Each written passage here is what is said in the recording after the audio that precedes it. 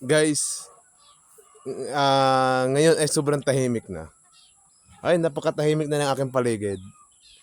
Yan, ang baboy, napakatahimik na. Yon, ang mga baboy doon. Napakatahimik na. Palibas ay kumain na.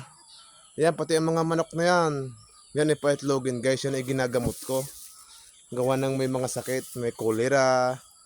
Samot-sari guys, ang hindi natin maintindihan kasi hindi naman tayo doktor. Pero pagka gano'n na bangingi ang kanilang ulo, may sipon, may halak, ibubukod mo na lagi ang manok mo. Aagapan mo yun guys kasi sayang yan eh. Magkano ang puhunan dyan eh. Pag namatayan ka kasi, manghihinayang ka. Sa loob kasi ng 2 taon, nangingitlog pa ang mga yan.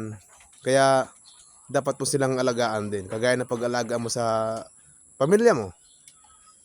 Na mahalaga mga ganyan yan guys kasi yan ang nagbibigay sa iyo ng pera eh. Ito naman ang broiler, may natirang kaunti. Yan, pati ang mga paitloging manok guys, medyo tahimik na rin. Yan ang ingay nila ngayon. Yan yung senyales na sila ay mangingitlog. Yan, mangingitlog na sila eh.